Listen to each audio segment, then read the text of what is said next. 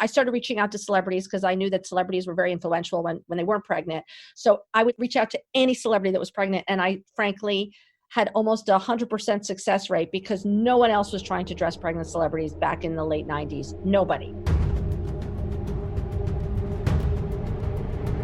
You gotta pick yourself up, go backwards, and slam yourself at the wall like 500 more times until the wall crumbles. 25% of middle school girls already believe they'll never achieve their dream career. Hi, I'm Kara Goldin, founder and CEO of Hint, and you're listening to Unstoppable, a podcast spotlighting the journeys of inspiring entrepreneurs. I believe that at its core, leadership is about constantly learning from the people around you, and I'm so inspired by the conversations we're having in our upcoming episodes and can't wait to share them with you. This season, some of my guests include Andrew Dudham, founder of Hims, Erica Nardini, CEO of Barstool Sports, Danielle Dubois and Whitney Tingle, co-founders of Sakara Life, and much, much more. Plus, we ask the million-dollar question: what does it really take to be unstoppable? Let's find out. Hi, everybody. It's Kara Goldin from Unstoppable with Kara, and I'm here with somebody super, super special that I'm so excited to have on our show today. Her name is Liz Lange, and very, very, very excited to have her. For those of you who do not know who Liz is, I have to tell you. So as many of you know, I have 4 children. And when I was pregnant with my first child, and this was, I guess, a little over 20 years ago, crazy how time flies. I stumbled upon Liz's, I think it was your first kind of store, or it wasn't even really, it was on the Upper West Side, is that right? On the Upper East Side, but it was on the second floor, right? On the Upper East Side. It was on the Upper East Side on the second floor. And I think I may have read an article about it, and it looked like exactly the kind of clothes that I really wanted. And so I stumbled in there, and I think I bought one of everything. Liz really, really, in my mind, was like the first person to understand that just because you're pregnant doesn't mean that you have to wear dumpy, yucky clothes, and especially if you're going to work every day and, you know, wearing suits and very, very cool clothes. So I remember the black pants very specifically, how great they were, and they saved my life. And as I've mentioned to Liz before, I think I worked at AOL at the time, and I think I sold a bunch of pairs just by wearing them. People were like, where did you get those pants? And so anyway, when I finally got to meet Liz, and that was my story for Liz, that I've been, you know, fanning over her for years and years as somebody that is not only a great entrepreneur and not only super stylish, but just somebody that has just built a brand that has stuck, right? And done lots of different things. So anyway, I'm really, really, really excited to have you here, Liz. Welcome. Thank you. So Liz, just a little bit more on your background. In addition to that, you started at Vogue. Is that correct? That is right. A long time ago. Yes. Wow. That's so much fun. And developed the idea for a sophisticated, slim-fitting collection of maternity clothing. And really, like I said, changed the face. I think many people would agree with me in maternity fashions. And it's been worn by not only myself, but all kinds of other beautiful pregnant celebrity women, including Kate Hudson, Gwyneth Paltrow, Cate Blanchett, Julia Roberts, Brooke Shields, goes on and on and on. So Liz, and then the other thing that Liz has done, which I think is really, really amazing, and I think one of the first kind of big brands too that I saw was built a brand within Target. So the Liz Lange collection at Target, which is super, super terrific. And anyway, welcome. Very, very excited. Yeah. So take us back to the beginning of Liz Lange and kind of where did you come up with this idea? I mean, how many people are working in, you know, at a magazine like Vogue and then decides, I'm just going to go and start this amazing maternity line? Tell us a little bit about that. There was actually a step in between. So I'm working at Vogue. I'm introduced to this young, struggling fashion designer. I leave Vogue to go work for him. While I'm there, I'm loving it. I'm learning a lot about the fashion industry just by doing it all. He's struggling. and my friends are getting pregnant because I'm like you, I've got a, 21-year-old, I have a 19-year-old. So it's that time in my life. This is, about 22 years ago, 23 years ago. It's crazy. Anyway, it's a long story, but the short of it is he was struggling. I noticed my pregnant friends were complaining about maternity clothes and squeezing themselves into the things that he designed. And I had this like aha moment that pregnant women, and this was back in the 90s, so I know it's different today, pregnant women want to wear clothing that is fitted, which they were not being offered back then. And pregnant women will spend money on maternity clothing, particularly working women, because they have no choice. Their body's changing. Nothing in their closet fits them anymore. I used to say it's almost like, imagine there's been a fire at your house and your closet's burned down. So yes, you are going to shop. You have no choice. So I noticed, okay, they're spending money and they want different things than what they're being offered in maternity stores. So I turned to this designer, because I'm not a designer. You and I didn't go over it, but I went to Brown. I majored in comparative literature. Like, I like fashion, but I'm not a designer. So I say, I think I have an idea. I think it's going to turn around your business. I'm about 28 years old, all full of like enthusiasm and can do. So I was like, this is it. We're just going to turn around your business. We're just going to add the word maternity to your label. We're not going to change anything. Just see what happens. And he looked at me like I had 10 heads. Like I might've been smoking crack. And that is the way that the world felt about maternity clothing back then, to be honest. So, like so many different entrepreneurial stories, I think every story in this one respect is the same. I found myself up every night. I couldn't get the idea out of my mind. I finally realized that if I didn't do something, if I didn't try to design this line of maternity clothing that was in my head, if I didn't do this and someone else somehow did, that I just wouldn't be able to forgive myself. I was like, I won't be able to go on living. So I left him and I started Liz Lange Maternity with, very, very little knowledge of what I was doing on any level. So how did you finance the original? I was very fortunate, and people like to say now, like, oh, Liz, it sounds so brave. You just jumped in. I always like to clear up that misconception. I don't think I was particularly brave. I was probably quite stupid. I was 28 or 29. I was married. I didn't have children yet. I don't think I was at risk of starving if it didn't work out. I believed I could get another job. So, and my husband worked, and I was able to borrow money from my parents incrementally. They would like help me pay different bills, and I kept my costs super low. It's something I wish I saw more startup entrepreneurs doing today. There was no concept back then of like entrepreneur raising money. That like it wouldn't have crossed my mind. So I'd say, over the course of a few months, my parents lent me about $25,000, which is not a small amount, but they were very clear with me that after 3 or 4 months, if I were to continue to need money, well, then they wouldn't be able to keep giving it to me because that would just be more of like a hobby and not really a business. And so they didn't see business as something where you could project losing money for years and then start making it. So I didn't see business that way either. So I knew I was kind of on a tight deadline. So my costs were super low. That's awesome. And I just started money right away. It wasn't that hard given how low I kept my costs. I mean, I didn't have any employees. I didn't have a store. I barely had an office, and I didn't stock inventory. So who was doing like maternity wear at that time? I mean, it was like, who were your biggest competitors? It never really felt like this is such a I know this is a entrepreneur thing to say, but I never really felt that I had any competition back then. There were some well-known maternity brands. The best known one, and I'm not criticizing them, and they've changed a lot over the years, by the way, was a publicly traded company whose high-end stores were called Pea in the Pod, and their medium level stores, they're like we used to call like the contemporary market or the Missy market. They had a line called Mimi Maternity. So it's Pea in the Pod and Mimi Maternity, and they were owned by the same brand. They were owned by the same parent company. So I didn't think Pea in the Pod back then used to advertise itself as being the Bergdorf Goodman of maternity clothing. And I don't know how many of your listeners are familiar with Bergdorf Goodman, but think Neiman Marcus, think the most expensive exclusive store in the world. I knew Bergdorf's very well. I grew up in New York City. So when I checked out Pea in the Pod and I saw what it looked like, I kind of almost gasped. Like my jaw was on the floor because it didn't look anything. There was nothing Bergdorf Goodman about it. The racks, everything was just pushed together, like almost like very like more what, again, I'm dating myself, but more like Filene's Bargain Basement, not like Bergdorf Goodman. Yeah. It wasn't like touch tones, beautiful clothing.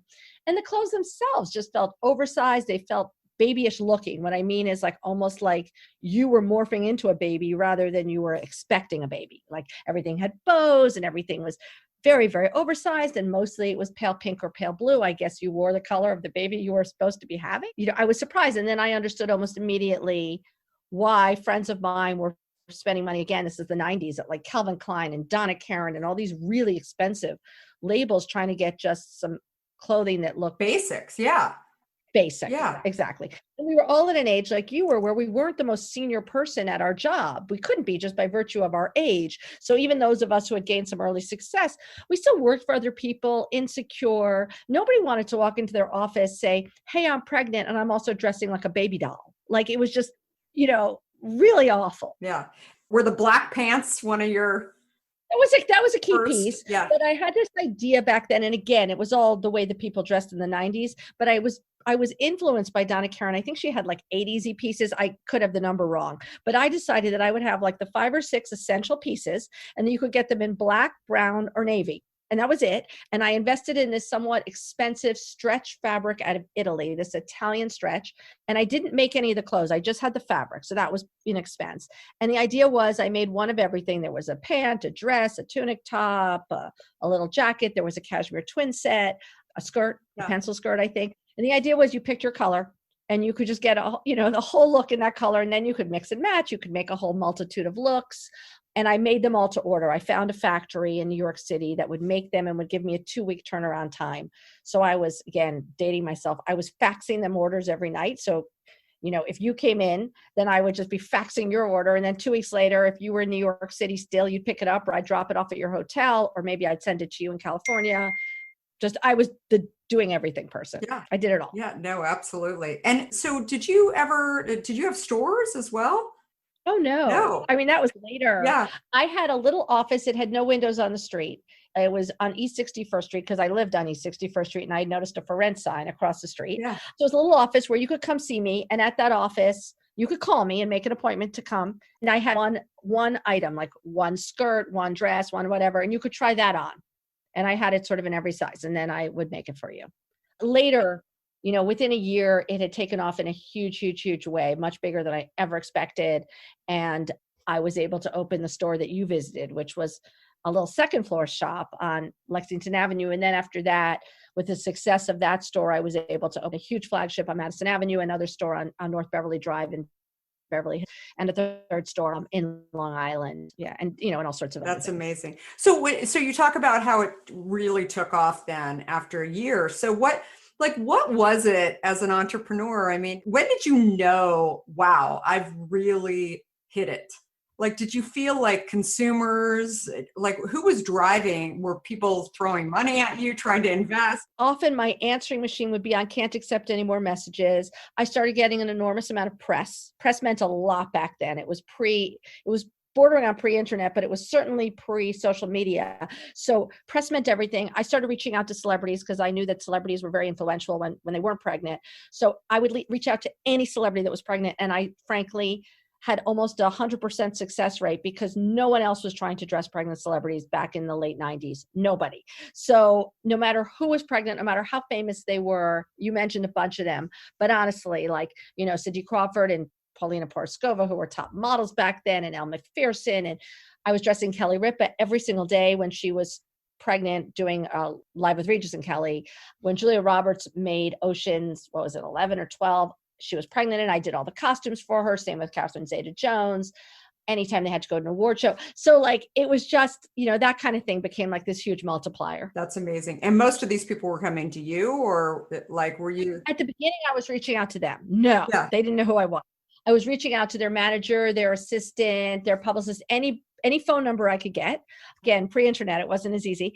And they were all saying, sure, I'll send so-and-so in to see you if you, sure. And then, yes, it started to go the other way. And celebrities were calling me, which was super cool. I still remember when Julianne Moore called, she introduced herself as Julie Moore. It's like, Julie Moore. Oh my God. Yeah, you're just freaking out about it. That's awesome. Yeah. That's so great. So, well, I always think about how entrepreneurs, most great entrepreneurs today, and I think, you're just a great example. You've gotten bigger, but you haven't lost your scrappiness and your ability to sort of get in there. And, you're talking about making those phone calls back then. What else do you think are sort of the key things besides scrappiness? I read a quote where you said that you have to be overly optimistic in order to really be the entrepreneur. What do you think is sort of those key pieces? Oh, well, of course I remember what you're saying because I believe it. I always make this joke that entrepreneurs have bad judgment. And I don't mean that as an insult. I think it's a positive, but that, really, if we had good judgment, who would ever, like you, like who would ever start their own business? Like most businesses fail. It makes no sense. So I think we see the world like beyond glass half full, like, beyond that. Like it never occurs to me that something's not possible. I always say I'm a cockeyed optimist. I believe in businesses. I love the early stages of businesses. As you know, like today, now that I've sold my brand, I invest in small businesses. Like of course it's risky, but it's almost like my brain can't compute that. Yeah. So, and I do think that entrepreneurs share that in common. I think that they, I always joke about, again, it's an old commercial, but in my generation, we all know it, sort of being Energizer bunnies.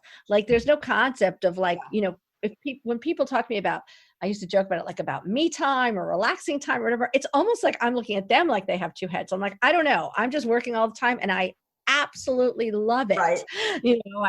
I sleep with my phone by my bed. I'm not recommending this. It's all probably horrible, but like, I don't listen to any of those things about like, turn off your phone, leave it in the other room. I don't. Like I'm looking, I wake up at 3 a.m, I'm reaching for my phone. I want to see if something going on. I might send, when I owned Liz Lang, I would be sending emails nonstop and texts to, different people like, what we need to do tomorrow. We asked us to do this. Like, did this happen?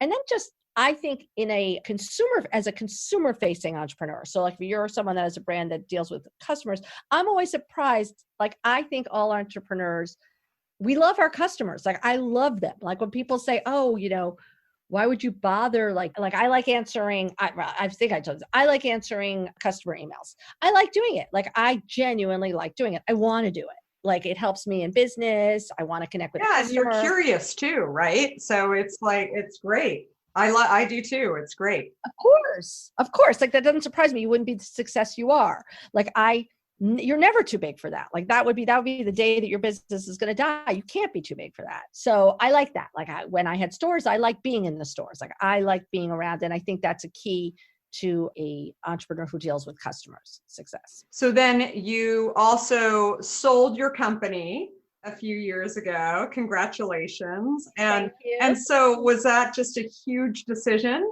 to do that? I mean, what was sort of it sounds like you had this idea probably similar to me where you just thought, okay, let's just get it off the ground. I mean, did you ever think that day was ultimately, going to come? Yeah. I mean, again, like I wasn't terribly sophisticated when I started about business. I didn't know words like exit strategy. I mean, of course I understood what they meant. I mean, but I wasn't thinking about all of those things, investors. I mean, all these things ended up happening and I learned them along the way, but I didn't know them going in. So no, I went out to raise some more capital, actually to roll out more Liz Lang high-end stores. At that point, I had licensing deals with Nike and with Target, but I wanted to do more Liz Lang collection stores and the high-end part. Mm-hmm. And I found that rather than being offered money to roll that out, people just kept offering me like to buy the brand. And I hadn't really been thinking that. But then on the other hand, my children were at an age where I felt they needed me more.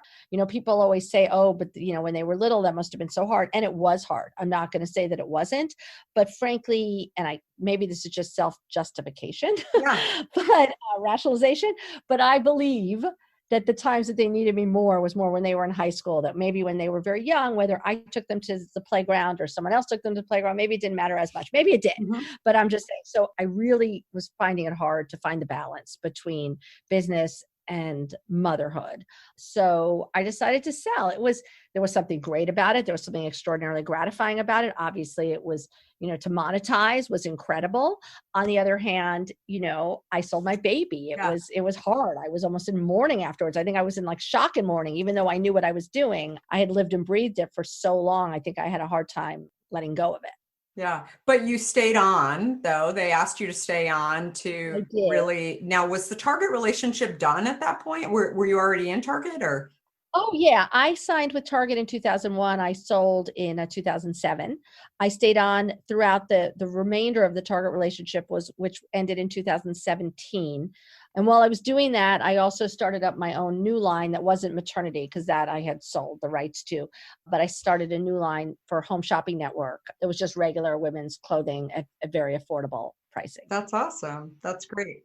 Yeah. And so how often are you going to Home Shopping? I actually wound that when Home Shopping merged with QVC, I decided that I didn't want to be doing that anymore. I was going for 10 years. I went once a month to Tampa where their studios are and sold on air for 3 days and came home and basically slept for a week because you sell all night long. It's exhausting. It's exhilarating, but it's exhausting.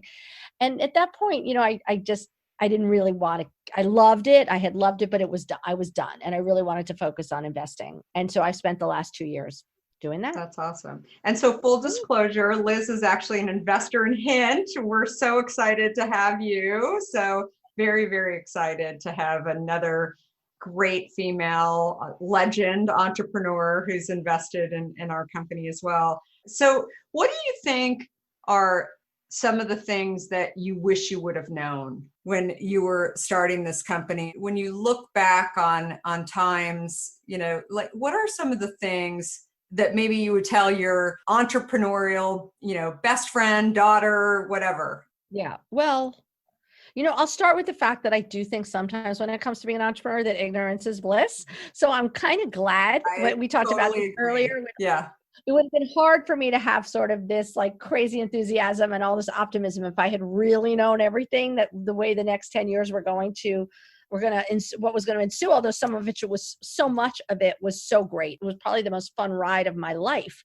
But, I wish I had had a better understanding of numbers. I mean, that's maybe obvious to most entrepreneurs today, but that wasn't my background at all, comparative literature at Brown. So that would have been really helpful, basic accounting. I learned all of this along the way.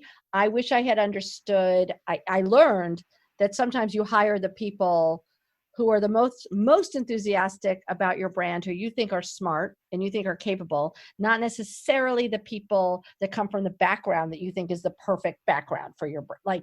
Like I found I was so much more successful with the people that I ultimately hired who loved the Liz Lange brand, lived and breathed the culture, and maybe didn't come from another huge fashion apparel brand, because then I felt like maybe they had learned bad habits or they weren't as entrepreneurial or as scrappy.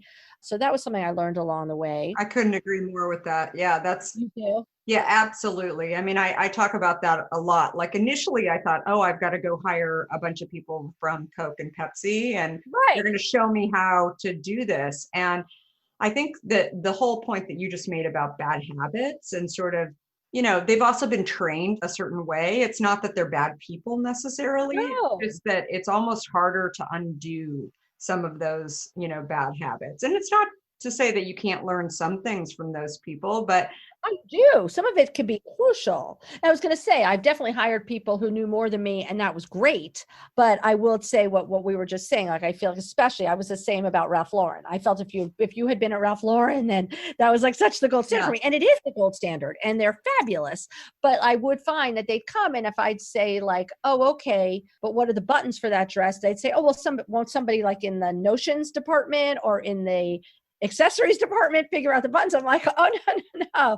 Here, we kind of do everything. Like, by the way, you see me, I'm the fit model. So no, we don't have different departments and assistants for assistants for assistants. I think I did know this, but it's a piece of advice I think that's helpful is I think you also need to, on the other hand, really, really listen to there's no point in gathering together a meeting or a team of your senior people or the people that you trust that are your advisors that work for you, with you, and not listen to what they have to say. Like, I feel like it's very easy, especially as a brand becomes successful, to be surrounded by people that are kind of yes people, that are just like, you're kind of, you're you, and you've started the brand and the brand is popular. So they're just like, almost like your cheerleaders. And on the one hand, of course, that's lovely. It's wonderful, but it's actually not helpful. You want people that are going to challenge you, that are going to disagree with you, that are not scared of you, that, will say, Liz, I think it's a terrible idea and here's why.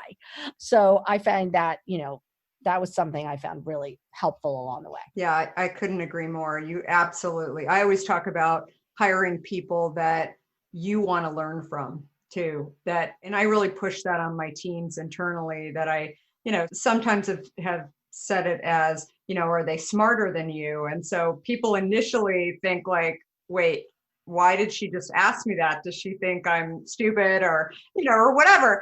And I'm like, no. What I mean by that is like, are you going to learn from them? Because I'm also a huge believer that, if you're in a role as a senior leader and you're just teaching all the time and you're not actually learning, then you're going to get bored too. Right. And so you hire people that you're going to learn from, whether it's, teaching you how to do social media or like teaching you how to do online commerce or whatever it is along the way. But I think it's a really, really important piece. And every great leader that I know, like no matter what industry it is, really wants to keep learning, right? It's just life. Totally. So important. We're actually taping this during a time that is, historical in so many ways, during shelter in place orders for coronavirus. And obviously retailers and fashion retailers, it's really tough out there right now. And many stores all stores are pretty much shut down. And what would you say is sort of like, have you thought about, if you would have been running your company, during this time, what would you do? What is sort of the key components? Well, I think I'd start by saying that I think as an entrepreneur, I think the silver lining is that entrepreneurs are made for this time period in a way. Mm-hmm. That like entrepreneurs are always, if you want to be an entrepreneur, you're somebody that likes a small boat, that knows you need to be able to turn on a dime and pivot.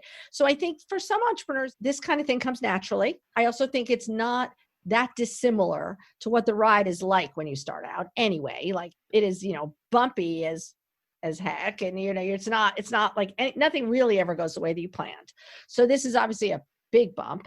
I'd say a few things I'd be doing now if I still own Liz Lang is, of course, conserving cash.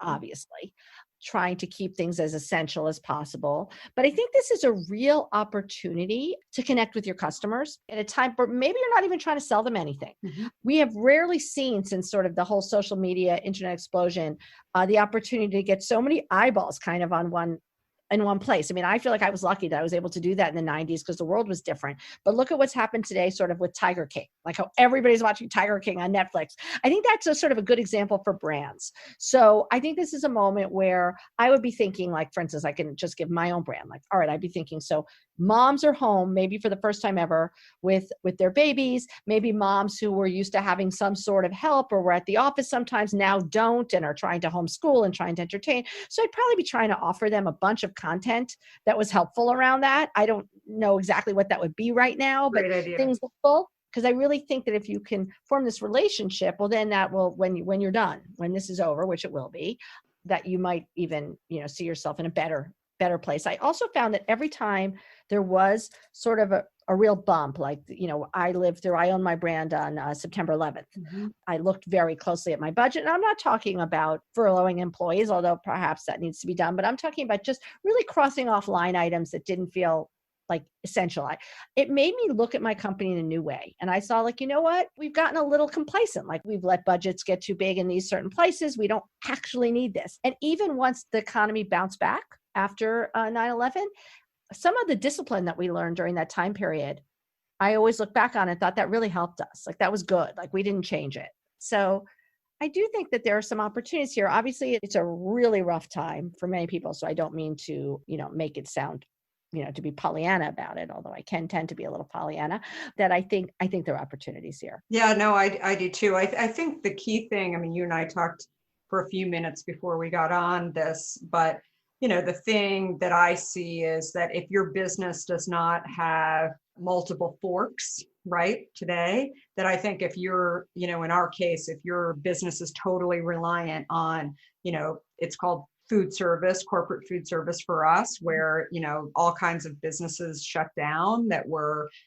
putting beverages into their micro kitchens or, inside their cafeterias. That for the last 2 months is, no one's stocking those micro kitchens or refrigerators. And I think also that if you, believe, for example, that all your business is in Bergdorf Goodman or all your business is in, your one store, like, you need to figure out another path. Like, again, stop focusing on what you did before. And instead, if this happens again, I think every single entrepreneur, every single leader should be thinking about, can I handle it again? Can I handle 2 months of shutdown? And maybe that's a good test. Maybe you should be able to, like, or as you were saying, maybe it's about diversifying. I think right now, which is such an entrepreneurial trait as well, maybe it's about pivoting. Maybe right now, if you're a fashion brand, I mean, I've seen some of them doing it. Maybe you're all about making masks right now.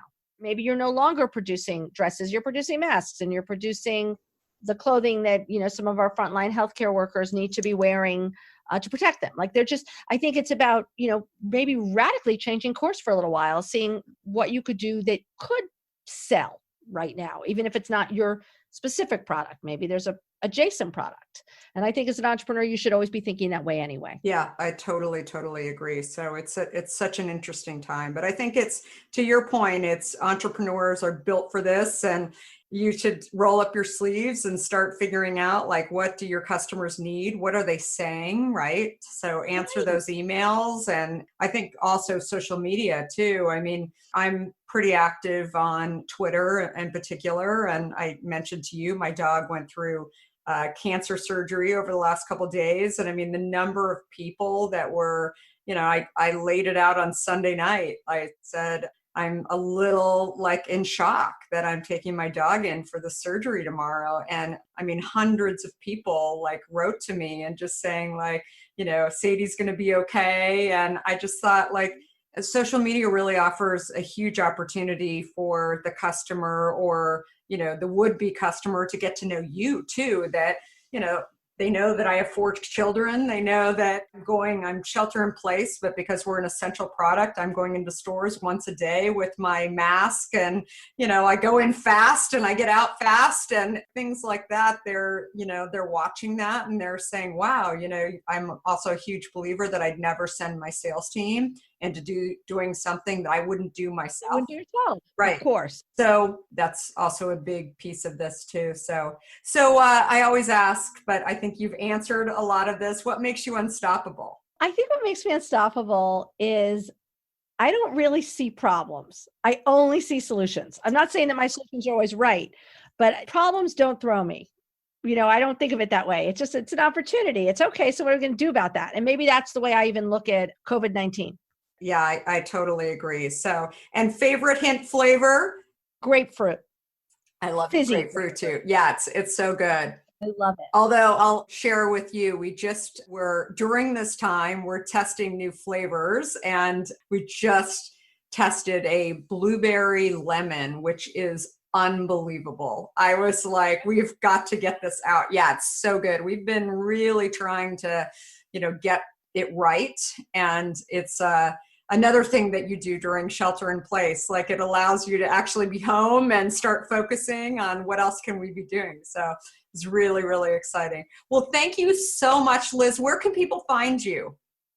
You mean my Instagram is, I'm very active on it. It's at Liz Lange Official. I don't have my website ready yet, but it's unimportant because it's really just about my investing. But I'd say Instagram's a great way to get in touch with me. Well, thanks again, Liz. Really excited and really inspiring as well. So thank you. Thank you.